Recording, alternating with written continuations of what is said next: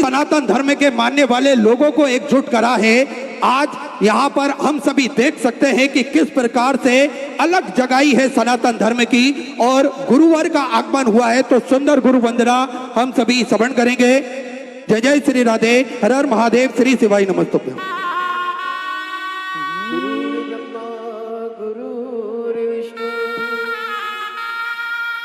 गुरुर्देवो महेश्वरा, गुरुर्साक्षात् परब्रह्म, तस्मै श्री गुरुवे नमः।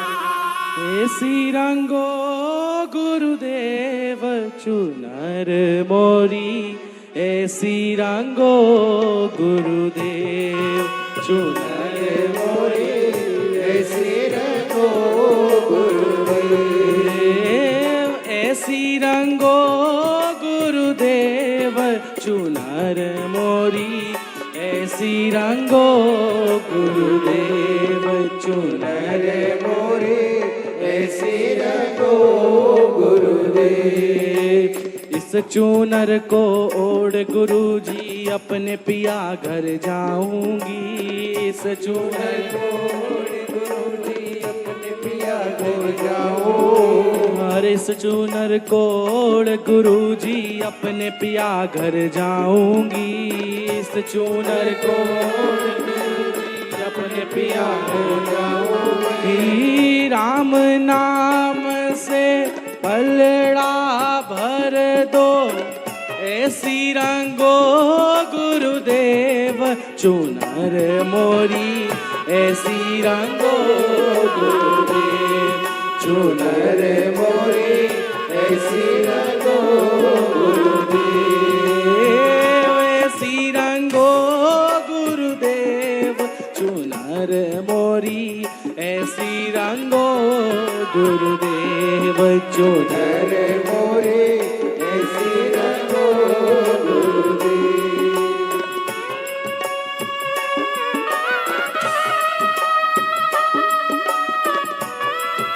तालियों की सेवा से राधे।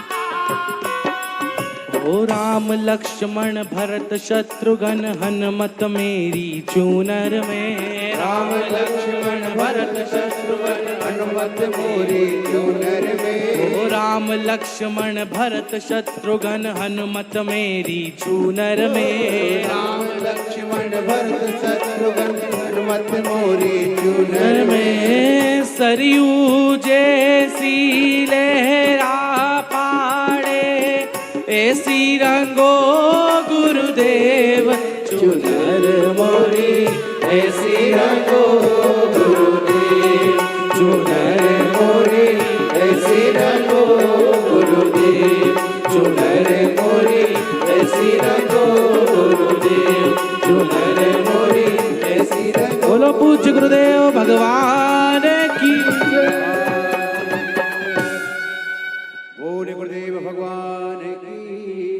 बड़ा ही सुंदर गुरु वंदना हम सभी ने श्रवण करी। मेरा निवेदन रहेगा जो मंच पर अनावश्यक रूप से भक्त खड़े हुए हैं, जो भी कैमरे वाले खड़े हुए हैं, वे अतिशीघ्र मंच से नीचे उतरते जाएं। सुंदर अलौकिक दिव्य कथा में हमारे बीच में पधारे परम पूज्य परम आदरणीय पंडित धीरेन्द्र कृष्ण शास्त्री जी महाराज जी का शुभ मंगल आगमन हुआ। एक बार जोरदार ताली बजाकर स्वागत करें। मैं पूज्य गुरुदेव से निवेदन करना चाहूंगा, हम सभी को आशीष वचन श्रवण कराएंगे।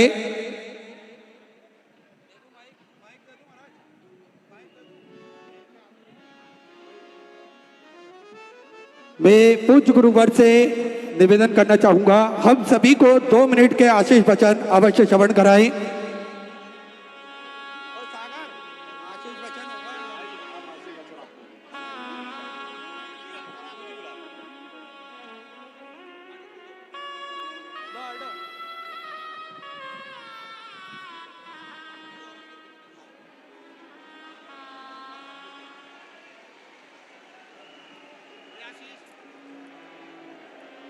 नमः गुरुभ्यो गुरुपादुकाभ्यो नमः परिभ्या परपादुकाभ्या आचार्य सिद्धेश्वर पादुकाभ्यो नमोस्तु सीतापति पादुकाभ्या।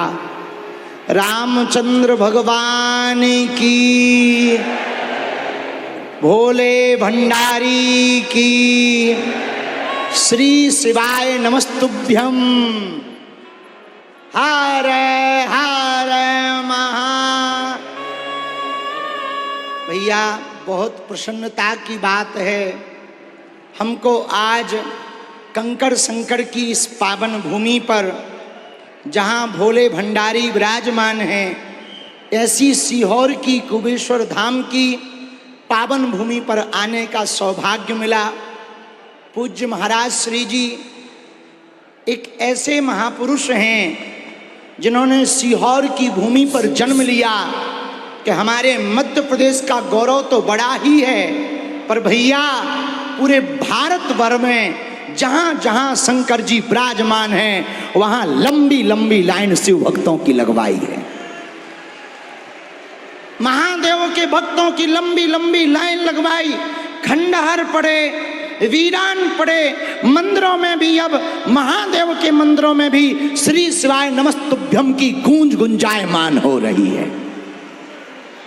कहीं भैया एक बात बताएं, आप सब बहुत भाग्यशाली हो जो ऐसे महापुरुष के मुखारविंद से आप सब कथा भी सुनते, इस पावन भूमि पर भी पहुंचते।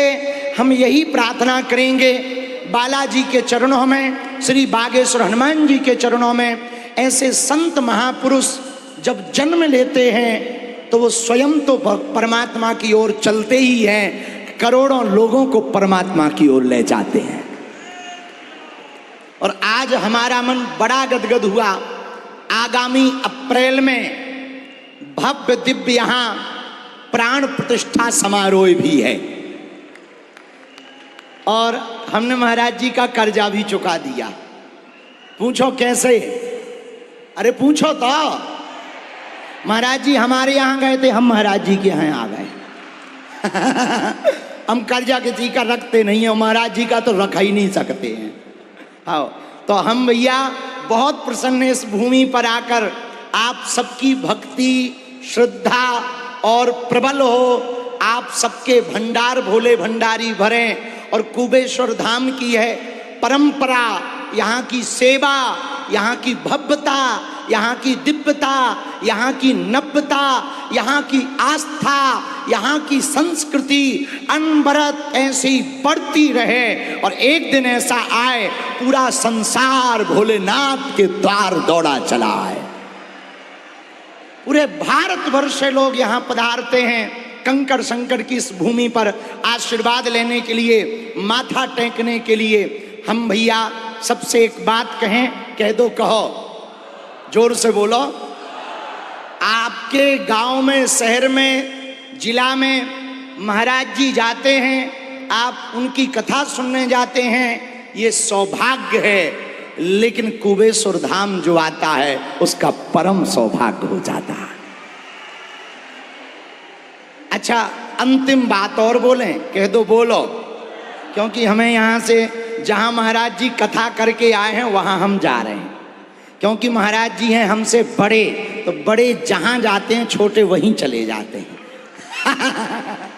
तो अभी महाराज जी जहाँ डबरा में नवग्रह मंदिर में कथा करके आए हैं, अब हमको भी वहीं पहुँचना है। आज से वहाँ उत्सव है 3 दिन का। तो भैया एक अंतिम बात कहें, किस किसने मोहर को देखा? सील मोहर किसने किसने देखी? जो लगाते ना, अधिकारी लगाते, कलेक्टर लगाते, पटवारी लगाते, प्रधानाध्यापक लगाते, किसने किसने देखी? जरा हाथ उठाओ। ठीक है, हाथ नीचे करो, पीटने के काम आएंगे। उसमें जो अक्षर होते हैं कैसे होते हैं? उल्टे। कैसे होते हैं? बोलो बोलो बोलो। कैसे होते हैं? लेकिन स्याही में लगाकर जैसे ही कागज में लगाते तो वो अक्षर कैसे हो जाते हैं? सीधे। उसी प्रकार जब किसी का भाग उल्टा हो तो मत्था टेक लेना भोले भंडारी बालाजी के दरबार में, तुम्हारा भाग सीधा हो जाएगा।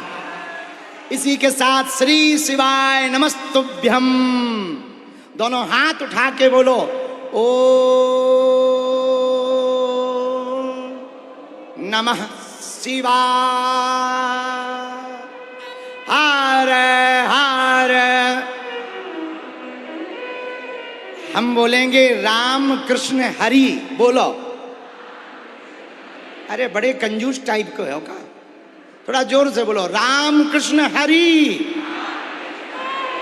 दुश्मनों की ठटरी। अभी अभी कन्या विवाह का उत्सव संपन्न हुआ है, महाराज जी भी गए थे। 300 असहाय बेटियों का निर्विघ्न संपन्न हो गया। अब भैया बालाजी की कृपा और भोले बाबा की कृपा हमारे ऊपर भी बनी रहे, आप सब पर भी बनी रहे, बढ़िया मुस्कुराते रहो।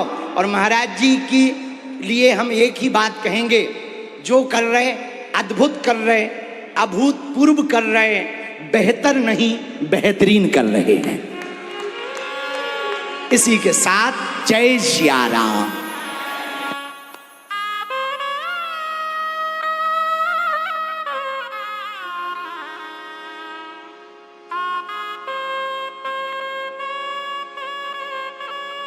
बड़ा ही सुंदर उद्बोधन हम सभी ने श्रवण करा।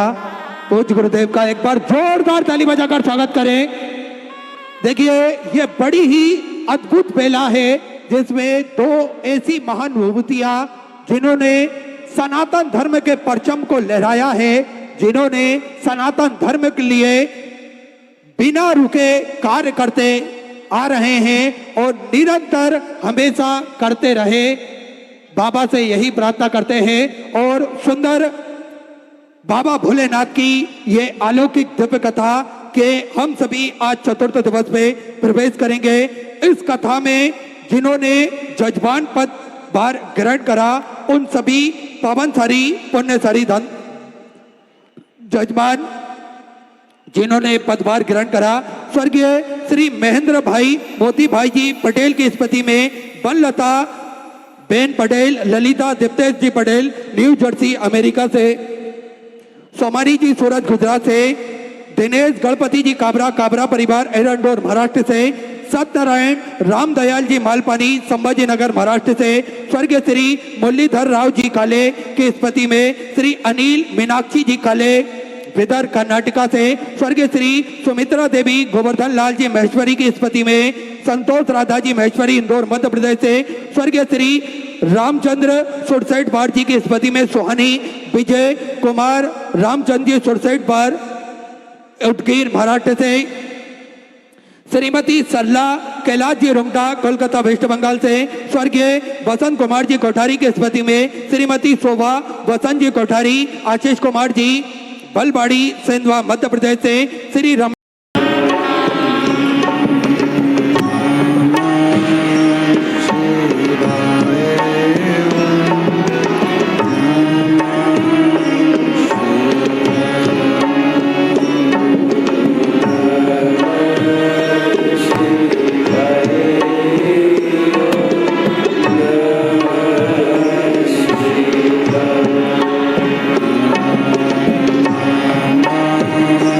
Shri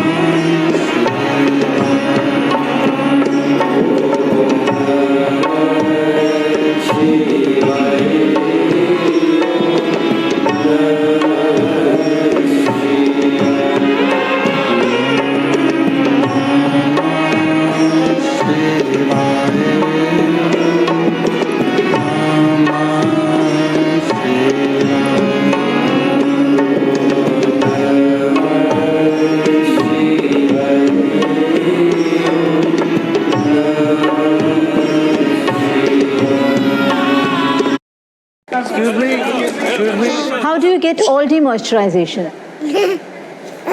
Himalaya Gentle Baby Lotion. Prescribed.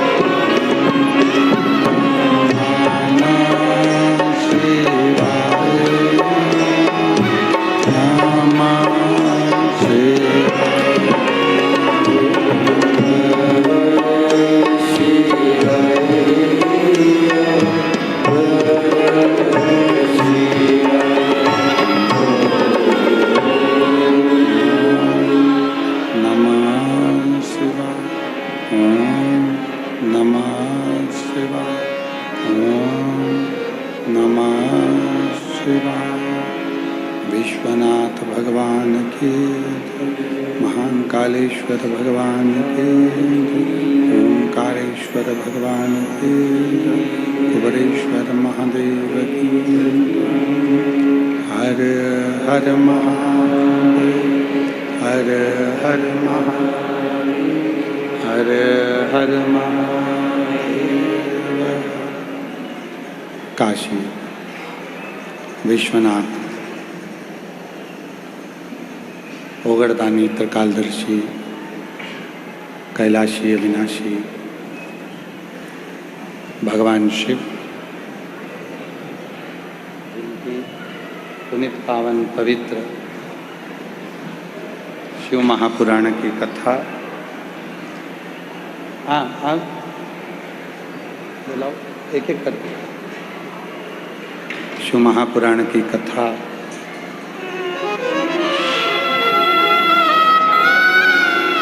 हमारे बीच में विदिशा से आचार्य श्री रवि कृष्ण जी पधारे हैं। एक बार जोरदार ताली बजाकर संस्था बड़े सरल और सहज। पूर्व में विदिशा में आपने बड़ी सुंदर शिव पुराण की कथा करवाई थी भारी बारिश में, और बाबा की कृपा से बहुत सफल रही थी। एक बार जोरदार ताली बजाकर।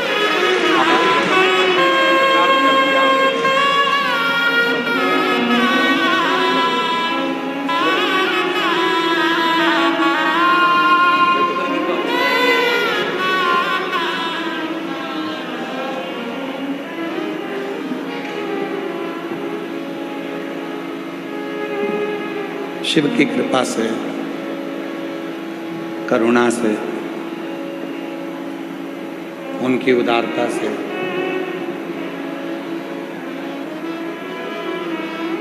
ये पवित्र पावन रुद्राक्ष महोत्सव 2026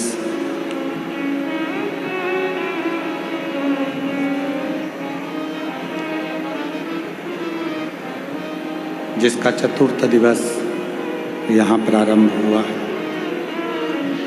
कथा के आज मुख्य यजमानों के नाम हम नहीं लेंगे क्योंकि समय थोड़ा ज़्यादा हो गया है, इसलिए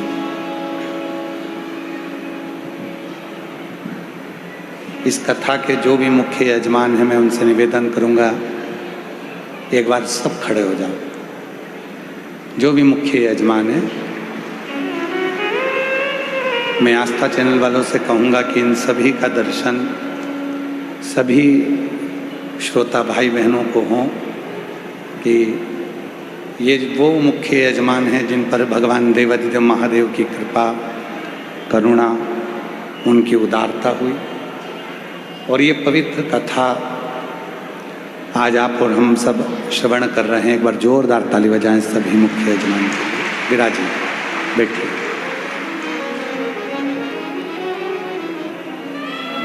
और तेरी कृपा बिना ना हिले एक भी अणु, लेते श्वास तेरी कृपा से तनु तनु।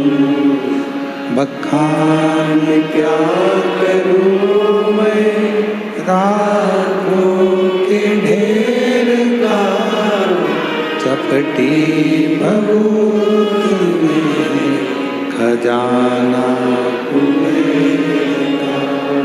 हे गंगा मुक्ति द्वार ओंकार भोले ओंकार आयुषन शंभु तारता। शिव कृपा से आज कथा के मध्य में श्री बागेश्वर धाम से पंडित श्री धीरेन्द्र कृष्ण शास्त्री जी यहाँ पधारे थे। आप सभी ने उनका उद्बोधन श्रवण किया। बड़े पवित्र भाव से, आनंद से उन्होंने भगवान शिव का, रुद्राक्षेश्वर महादेव का अभिषेक पूजन किया और यही कामना करी कि जो भी शिव भक्त भाव से भगवान शंकर के विरल भक्ति को धारण करे, उसके संपूर्ण जीवन में उसको खुशियां ही खुशियां प्राप्त हो, आनंद ही आनंद। डबरा में जहाँ नवग्रह मंदिर का निर्माण हुआ है, वहाँ अभी कुछ दिन पहले 3 दिवसीय कथा हम भी कर आए और वही कथा का क्रम उनका भी आज प्रारंभ होना है। इसलिए थोड़ा जल्दी उनको डबरा निकलना था क्योंकि 2 बजे की उनकी कथा है। इसलिए यहाँ से थोड़ा जल्दी आप प्रस्थान करें। एक शिव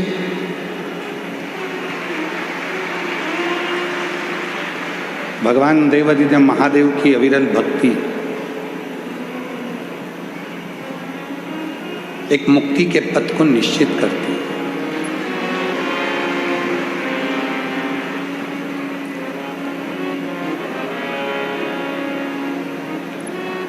और शिव महापुराण की कथा कहती है, जब भक्ति प्रबल होती है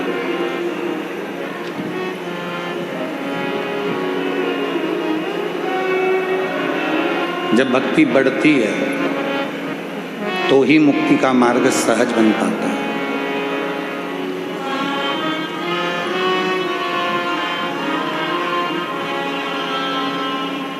और संसार का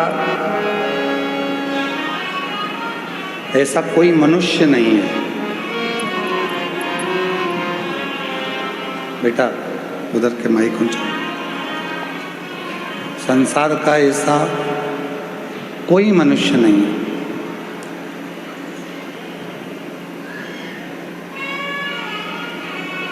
जिसको भगवान देवादिदेव महादेव ने नहीं दिया। शिव पुराण कहती है, जिस दिन तुम्हारे भीतर विश्वास प्रबल हो जाता है, जिस दिन तुम्हारे भीतर विश्वास दृढ़ हो जाता है, उस दिन शिव आपकी झोलियों में खुशियां देना प्रारंभ कर देते हैं।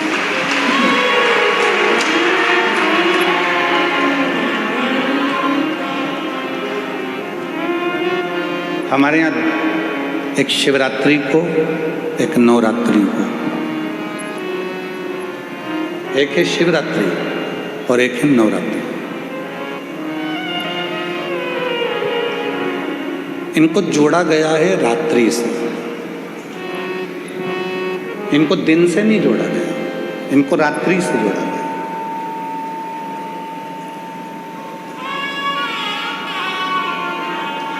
क्यों जोड़ा गया? कि शिवरात्रि कहती है, नवरात्रि कहती है कि हर रात्रि के बाद में एक सुबह आना, उसी तरह हर दुख के बाद एक सुख की घड़ी जरूर आना।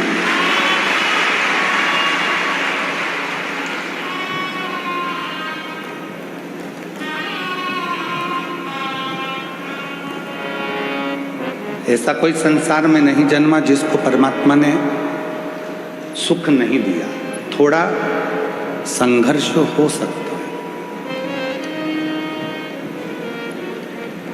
थोड़ा संघर्ष होगा, थोड़ा परिश्रम होगा, पर शिव देगा जी।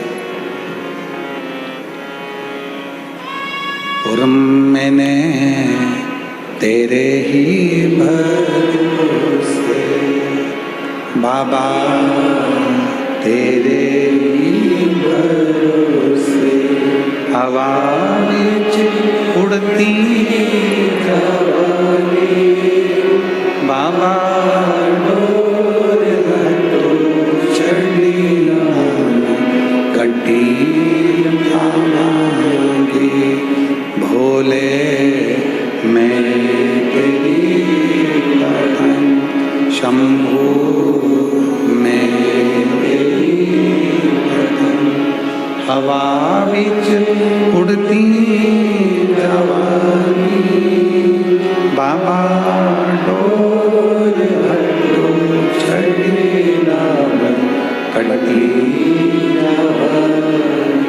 भोले, मैं तेरी पठन। शिव कथा कहती है रात्रि आती है तो सुबह भी आए।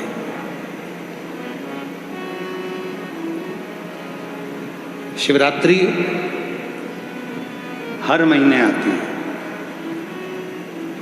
हर महीने शिवरात्रि आकर कहती है, और प्रत्येक महीने की शिवरात्रि का अपना अपना एक नियम है।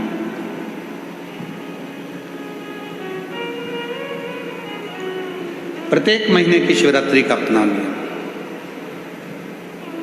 ऐसी कोई शिवरात्रि नहीं है जिसका कोई नियम नहीं।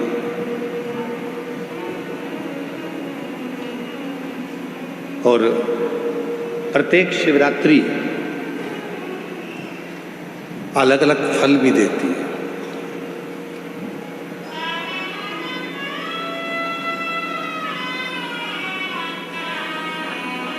कुछ ना कुछ फल प्रत्येक शिवरात्रि देती है। चलने दे बाबा, गर्मी बहुत है। हाँ रहने दे बस इसको।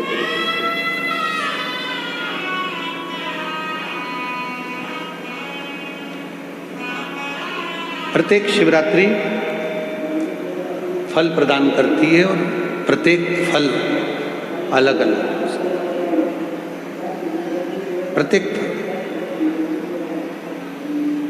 जैसे महाशिवरात्रि, श्रावण के महीने की शिवरात्रि, कार्तिक महीने की शिवरात्रि, बैसाख महीने की शिवरात्रि। एक शिवरात्रि श्रावण महीने की जिस पे आप और हम पूरा विश्व पार्थिव शिवलिंग का पूजन करता है। करते हो ना आप लोग? ऑनलाइन जम के तो बोलो, सब करते हैं। ऑनलाइन पूजन पार्थिव शिवरात्रि, उस श्रावण की शिवरात्रि पर पार्थिव पूजन आप और हम सब मिलकर करते हैं। पार्थिव वो श्रावण की शिवरात्रि। यदि कभी मौका मिले तो लिंग पुराण को और शिव महापुराण का अध्ययन करिएगा, पढ़िएगा। उसमें वर्णन आता है श्रावण महीने की जो शिवरात्रि होती है, उस शिवरात्रि पर यदि कोई मनुष्य भूलवश भी मट्टी के भी यदि ढेले को उठाकर उस पर जल चढ़ा देता है तो उसके घर में कभी संपदा की कमी नहीं आती।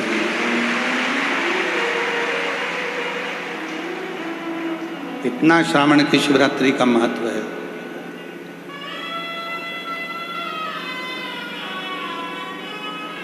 अब दुनिया के लोग केवल महाशिवरात्रि को मानते थे, श्रावण की शिवरात्रि किसी के स्मरण में नहीं रहती। और जब सावन की शिवरात्रि स्मरण में नहीं रहती थी तो वो सावन के महीने में ऐसे ही निकल जाती थी। पर जब से शिव भक्तों ने शिव महापुराण की कथा को सुनना प्रारंभ करा, कथा श्रवण करना जब प्रारंभ किया, तो उनके स्मरण में ये शिवरात्रि की महत्वता आई। और शिवरात्रि की महत्वता आई तो आज पूरे भारत में आप जरा विचार करिएगा, कोरोना महामारी आने के बाद एक एक व्यक्ति को धन से जूझना था, एक एक व्यक्ति को कष्ट झेलना था, क्योंकि कोरोना ने हमारे संपूर्ण विश्व को नीचे की ओर ले जाकर धकेल दिया। पर संपूर्ण देशवासियों ने जब भगवान शंकर की आराधना, एक लोटा जल और श्रावण के महीने की शिवरात्रि की पार्थिव पूजन करी और अपना संघर्ष, अपनी मेहनत, परिश्रम सबने जो करना प्रारंभ करा, तो आज हमारा भारत फिर उन्नति की ओर बढ़ गया।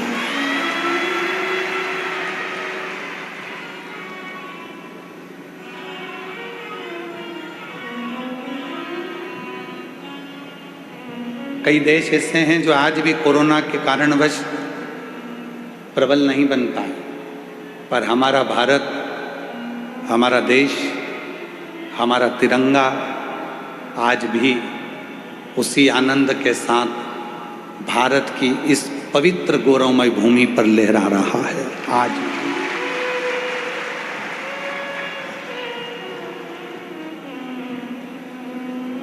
कोरोना के बाद कई देश ऐसे हैं, आप लंका को देख लो, आप अन्य देशों को देख लीजिए जो इनकी हालत खराब हो गई कोरोना के बाद।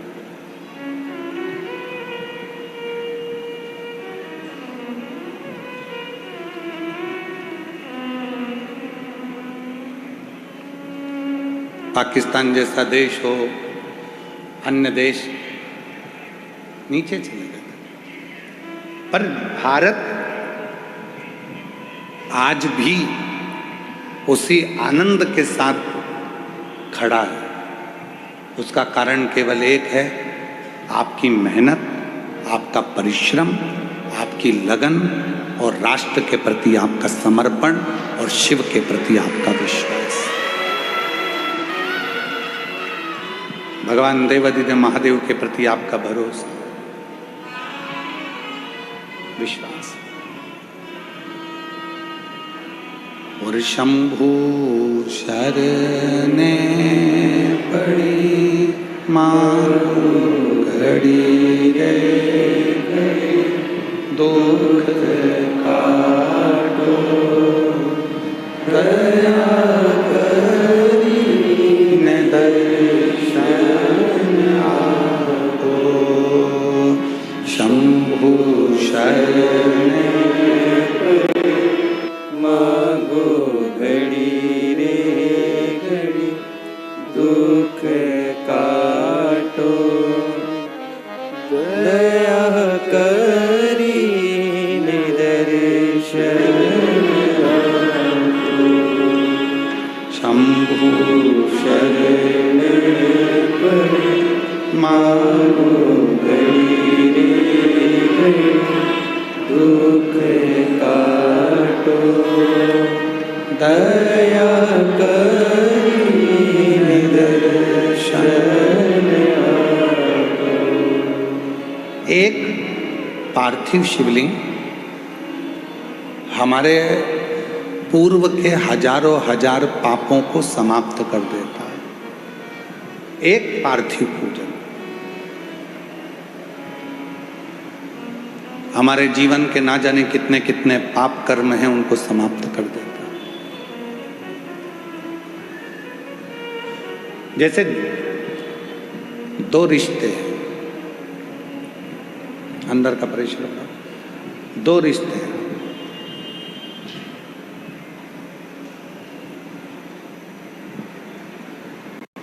एक आपका परिवार से रिश्ता, इसकी एक उम्र होती है।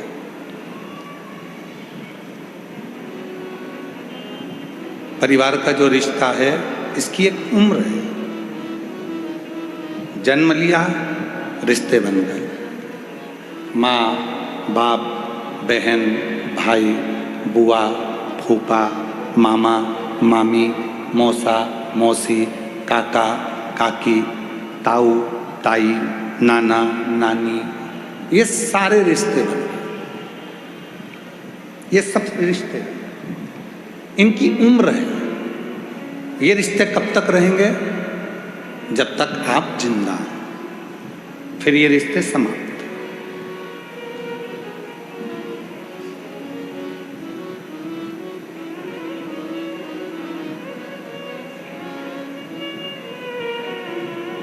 वो रिश्ते फिर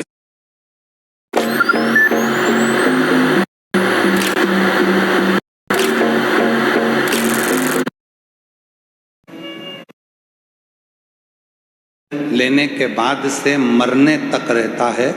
और एक रिश्ता वो होता है, जन्म नहीं लिया उसके पहले से लेकर मरोगे उसके बाद तक एक रिश्ता चलता है, उसकी उम्र नहीं होती।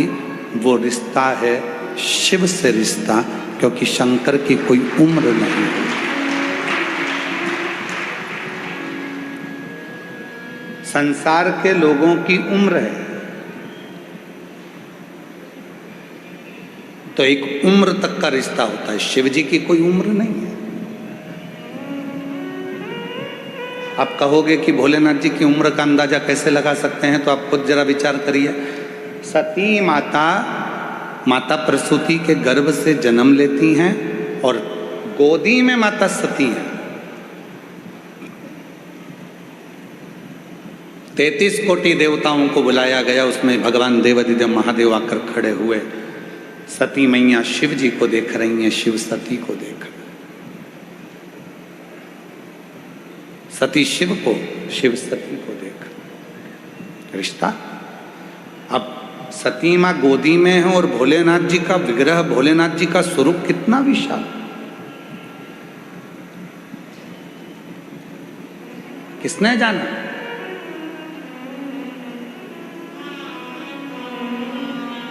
महाराज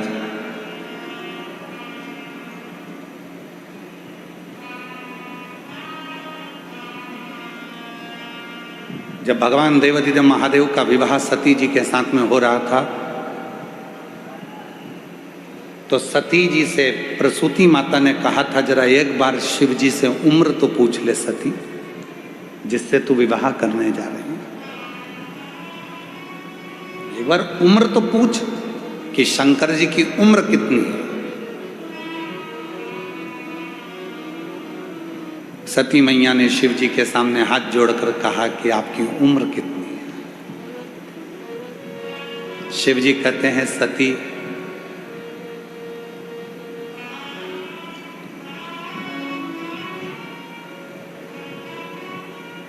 ए सती, तेरे 88 लाख जन्म तो मैंने अपनी आंखों से देखे हैं। कितने जन्म? 88 लाख जन्म तेरे मैंने अपनी आंखों से देखे हैं। और तेरे पिता के करोड़ों करोड़ों जन्म मैंने नेत्रों से देखे हैं। अब तू अंदाजा लगा ले कि मेरी उम्र कितनी होगी। और दक्ष प्रजापति के पिता को भी लेकर आओ, और उनके करोड़ों जन्म मैंने देखे हैं। और दक्ष प्रजापति के पिता दादाजी को भी लेकर आओ, उनके करोड़ों जन्म मैंने देखे हैं।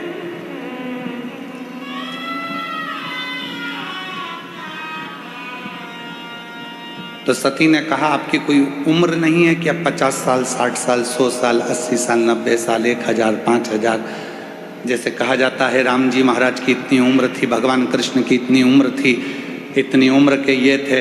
तो क्या आपकी कोई उम्र नहीं? आपकी कोई उम्र नहीं।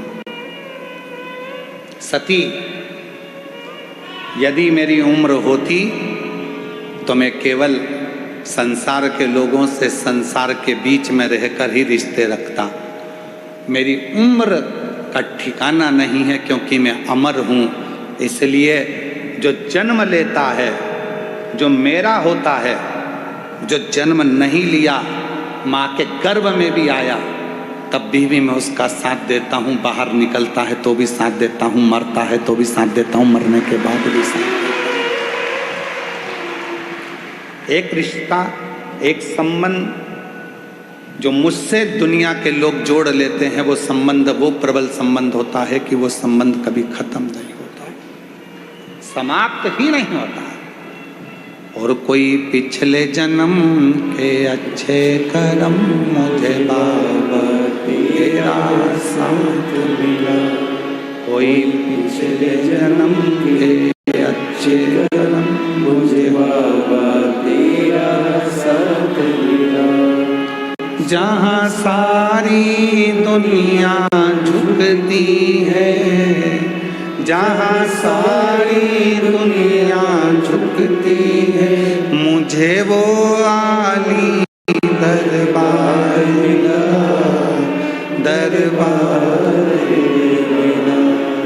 कोई पिछले जन्म के अच्छे कर्म मुझे बाबा तेरा साथ, कोई पिछले जन्म के अच्छे कर्म मुझे बाबा तेरा साथ मिला। जिसने जान लिया, जिसने वेद को, शास्त्र को पढ़ा है, ध्यान करा है, स्मरण करा है, वो जिंदगी में पहचान गया कि शिव है क्या।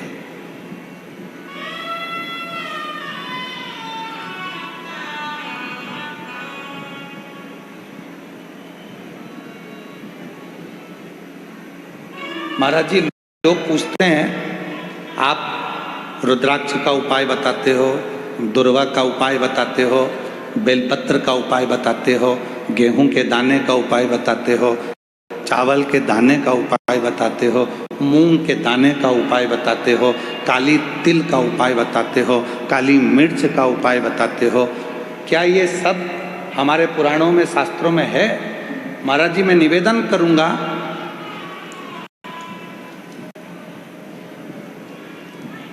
फ्रांस के राजा नेपोलियन ने अपनी वाणी में एक शब्द कहा।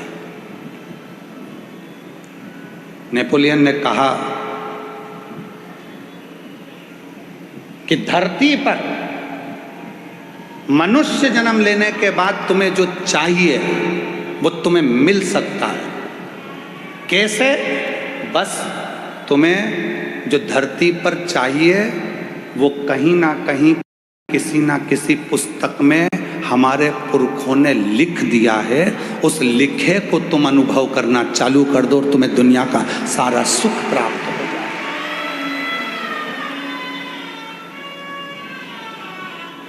महाराज,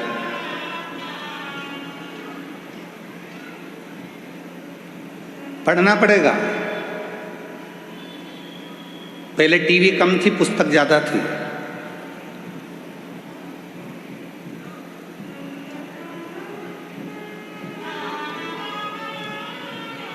पहले टाकीज कम थे, लाइब्रेरी ज्यादा थी। पहले लैपटॉप कम थे, पुस्तकें ज्यादा थी। पढ़ना पड़ेगा। पढ़ो, अध्ययन करो, एक एक पुराण का अध्ययन करो, पढ़ो। और जिस दिन तुमने पढ़ना चालू कर दिया, हम फिर कहेंगे गीता प्रेस गोरखपुर की सारी पुराणे अपने घर में ले आओ, रोज प्रतिदिन एक एक पुराण का अध्ययन करा करो कि सियोर वाला बाबा दुर्वा चढ़ाने का बोला है तो कहाँ से बोला है, उसको पढ़ो, मिलेगा तुम्हें।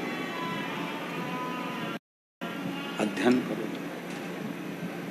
कौन सी पुराण से बोल रहे हैं मालूम पड़े, अध्ययन। सब कुछ लिखा है हमारे वेद व्यास जी ने पुराणों में। ऐसी कोई चीज नहीं है जो पुराणों में या शास्त्रों में वर्णन नहीं कर। 18 पुराण, 6 शास्त्र, हमें जो दिए गए हैं 4 वेद जो हमको दिए गए हैं, अच्छे अच्छे विद्वानों ने अपनी अपनी पुस्तकों में बहुत कुछ हमको दिया है, हम उनको छोड़कर उसके बाद भी हम अपना सनातन धर्म छोड़कर दूसरे धर्म की पुस्तकों की बड़ाई करें तो चुल्लू भर पानी में डूब मरो।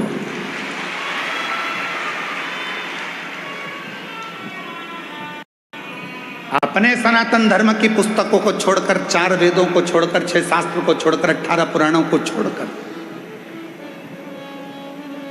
और हमें दूसरा धर्म यदि पसंद आ रहा है कि उनकी उसमें ये लिखा था तो उनके उसमें ये लिखा था तो उनके उसमें ये लिखा था, हमारे पुराणों में, हमारे शास्त्रों में, हमारे वेदों में कम लिखा है।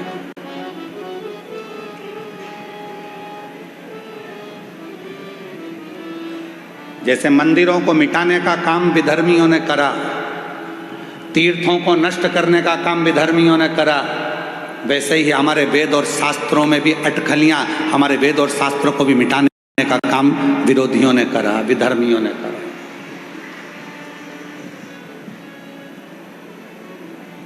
पढ़ता नहीं है व्यक्ति, बस कह देता सियोर वाले महाराज जी ने कहा था, ये करा वो करा, सियोर वाले महाराज जी ने बोला था कि बेलपत्र को ऐसे चढ़ाना, ऐसे एक बेलपत्र की डंडी की दिशा की भी मूलता रहती है कि डंडी कहाँ रखना है।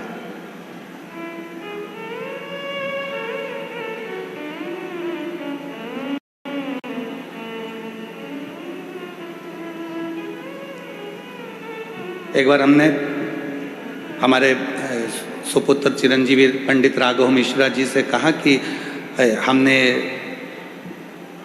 शिव पुराण में पढ़ा है कि बेलपत्री की डंडी का मुख संतान के लिए चाहिए, तो उसको इस तरह से रखा जाता है, और बीज की पत्ती का मुख ऐसा रखा जाता है। जरा इसका असर होता है क्या? कोई ऐसा शास्त्र है क्या? कोई ऐसा साइंस है क्या? तो हमने कहा तुम्हारे गूगल में सर्च करो, क्या वो साइंस है? तो पंडित राघव मिश्रा जी ने उसको निकाला और उसको निकाल कर वो हमको बता रहे थे। कहाँ बैठे हैं वो? राघव कहाँ है? हाँ, दे उसको माइक दो, जरा माइक दो, वहीं से बोलो। हाँ, वहीं से।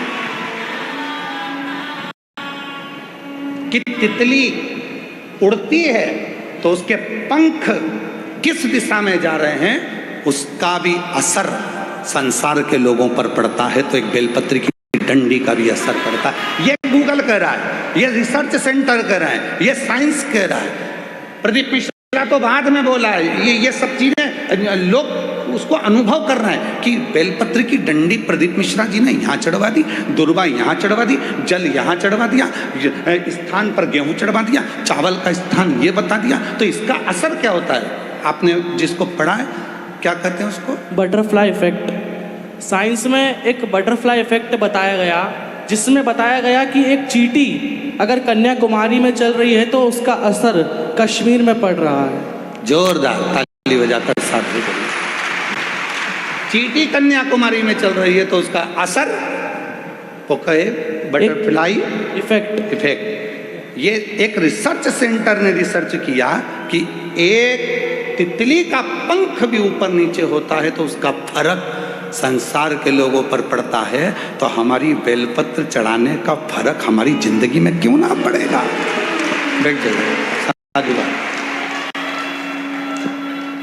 हमने कहा हम इसको बोलते आ रहे हैं, लगभग हमको बोलते इन सब चीज़ों को सालों हो गए। तो जरा अब इस पर साइंस कितना काम कर रहा है वो देखो, साइंस काम कितना कर रहा है वो देखो।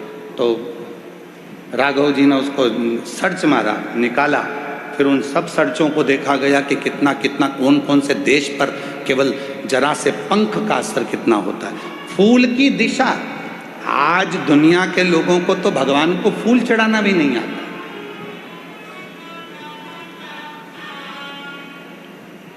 हम आपसे पूछें कि शिव जी को फूल कैसे चढ़ाया जाता है, हम आपसे पूछें कि भगवान को फूल कैसे चढ़ाया जाता है, तो आप फूल दे जरा।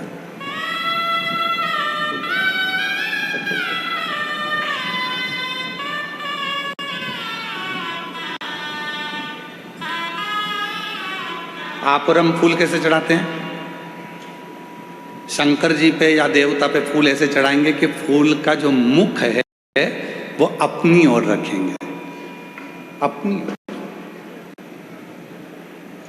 और डंडी का मुख कहाँ रखा? भगवान की ओर, क्योंकि भगवान जब बैठे रहते भगवान के सामने आप इस तरह से उसको श्रृंगार के भाव से जमा देते हो, भगवान के सामने ऐसे चढ़ा देते हो। अब भगवान है यहाँ, फूल चढ़ा रहे हो, मुख उधर और भगवान बैठे इधर।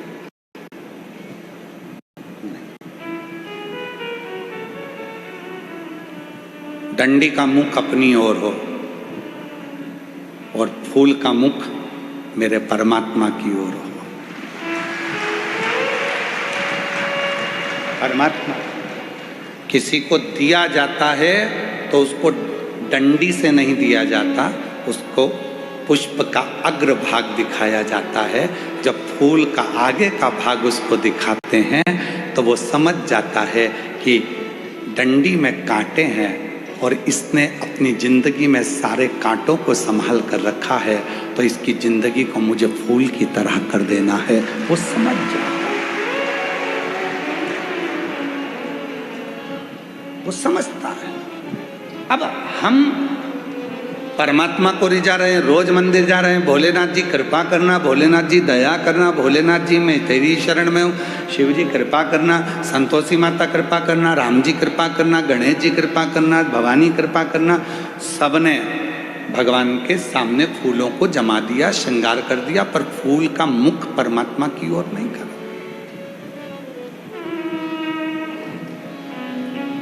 हम क्या सोचते हैं कि फूल जो भी मंदिर देखे उसको अच्छा लगना चाहिए। उसको ये नहीं देखा कि भगवान को अच्छा लगा कि नहीं लगा, अपने को अच्छा लगना चाहिए। और फल हमें मिला नहीं, पूरी जिंदगी हो गई। 3 चावल के दाने का महत्व हमने पहले कहा था। एक रात्रि को 9:15 पर करने वाला उपाय हमने पहले कहा था। आज दुनिया के लोग वो रात्रि के 9:15 वाला जब उपाय करते हैं तो उनको उसका फल क्यों मिलता? एक पत्र आया, अभी हम पत्र ज़्यादा पढ़े नहीं क्योंकि थोड़ा समय ज़्यादा हो गया था। 2 पत्र पढ़े हैं, अभी पढ़ेंगे जब बीच में कहीं भजन वजन आएगा तो उसमें हम पढ़ लेंगे। तो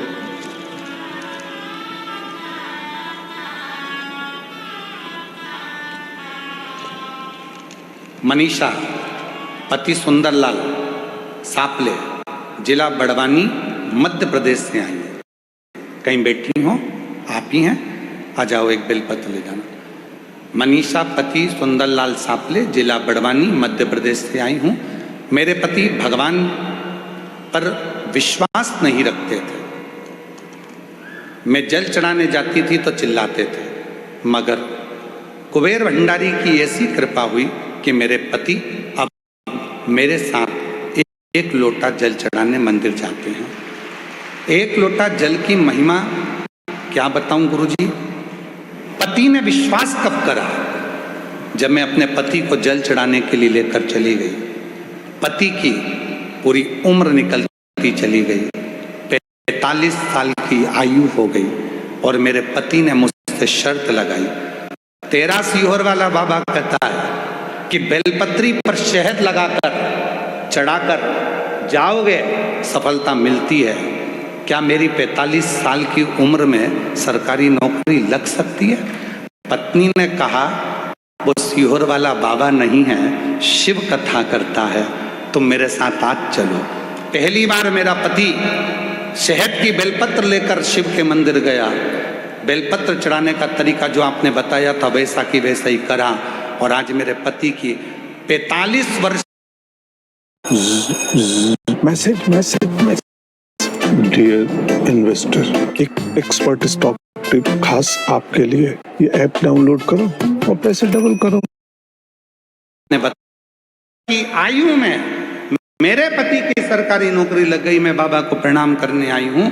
और दूसरी बात कहना चाहती हूं, आप कहते हो गेहूं के दाने अशोक सुंदरी वाली जगह पर चढ़ाने से वैभव बनता है। मैं बने बाबा को गेहूं के दाने चढ़ाए जिससे 3/12/2023 2025 को बाबा की कृपा से, आज बाबा की करुणा से मेरा खुद का 2 मंजिल का मकान बन गया। मैं बाबा को धन्यवाद देने के लिए। शिव किसको कहते, शंकर किसको कहते? एक तरीका आपकी जिंदगी में हो।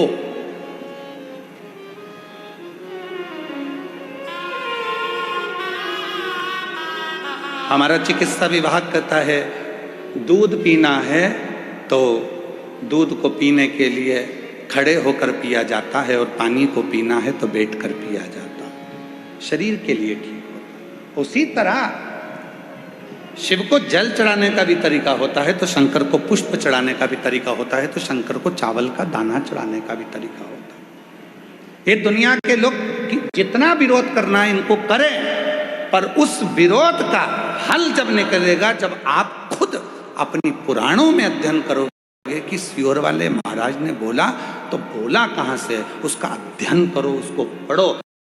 जैसे नेपोलियन, फ्रांस के राजा नेपोलियन ने कहा कि हमारे बुजुर्गों ने, हमारे गए हुए उन संतों ने अपनी पुस्तकों में सब कुछ लिख दिया, बस उसको तुम जितना अपने शरीर पर उतारोगे उतना तुम्हारा वैभव बढ़ते चले जाएगा। आप उतारो तो शरीर।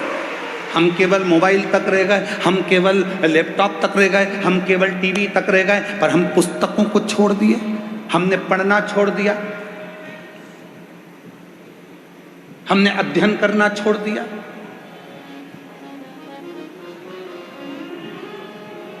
सूरत वाले सोमानी जी बैठे हुए हैं, कहाँ है सोमानी जी? हाँ, ये बैठे। सोमानी जी के घर पर हम जब सूरत में गए तो इनका बड़ा पोता बहुत बोलता है और वो बड़ा पोता हमारे पास में आकर बैठ गया और पास में बिल्कुल बाजू में आकर बैठा। उसका फोटो भी हम कल आपको होगा तो दिखाएंगे। बिल्कुल बाजू में आकर बैठा और बाजू में आकर बैठकर बोलता है कि बहुत आगे बढ़ने के लिए क्या करना चाहिए? तो हमने कहा खूब पढ़ना चाहिए। तो कहा ये तो मम्मी भी बोलती है, ये तो दादी भी बोलती है। तो हमने कहा गुरु भी यही बोलता है, पढ़ो, तुम बढ़ जाओ।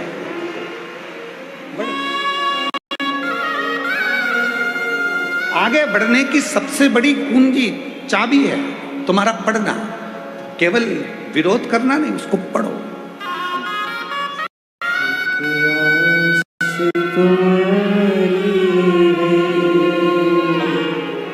विश्वास तुम्हारा भोले बाबा।